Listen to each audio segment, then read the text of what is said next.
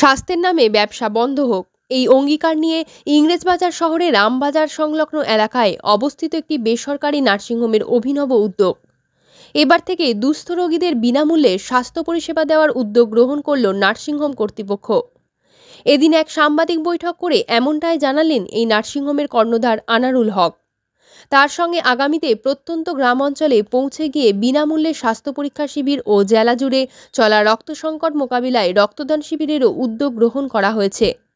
তার পাশাপাশি শিবরাত্রি উপলক্ষে ইংলিশ বাজারের লক্ষ্মীপুর এলাকায় মালদা মানিকচক রাজ্য সড়কের ধারে ভক্তদের জন্য সহায়তা শিবির খোলারও কথা জানিয়েছেন তিনি। আনারুলবাবু আরও জানান, আমাদের মুখ্যমন্ত্রী মানবিক, তার জন্য মালদা অ্যাপোলো নার্সিংহোমের এই উদ্যোগ।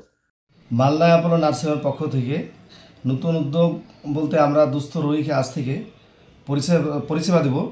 কারণ হচ্ছে যে আমাদের মাননীয় মুখ্যমন্ত্রী মমতা ব্যানার্জি খুব মানবিক, স্বাস্থ্যের ব্যাপারে উনি খুব কনসাস এবং আমাদের সকলকে স্বাস্থ্যের আওতায় নিয়ে এসছেন এবং এর জন্য স্বাস্থ্যসাথীর তো ব্যবস্থা উনি করেছেনও।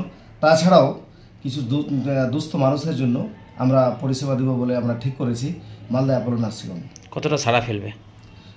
আশা করি ভালোই সাড়া ফেলবে। দুস্থ রোগীদের ক্ষেত্রে আমরা প্রথম থেকেই বিনামূল্যে পরিষেবা দিয়ে আসছি এবং দূর দূরান্তে আমরা যেখানে খবর পেয়েছি সেখানে গিয়েও দুস্থ রোগীদেরকে আমি বিনা পয়সায় অ্যাম্বুলেন্স পরিষেবা দিয়ে নিয়ে এসে সুস্থ করে অনেক ইতিপূর্বে পরিষেবা দিয়েছি।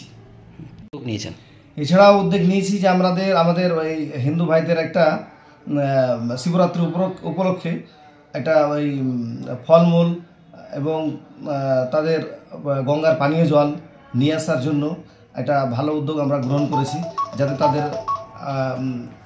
যাওয়ার পথে কোনো অসুবিধা না হয় সেই দিকটা লক্ষ্য রেখে আমরা ফলমূল বিতরণ এবং শরবত ইত্যাদির ব্যবস্থা আমরা করব।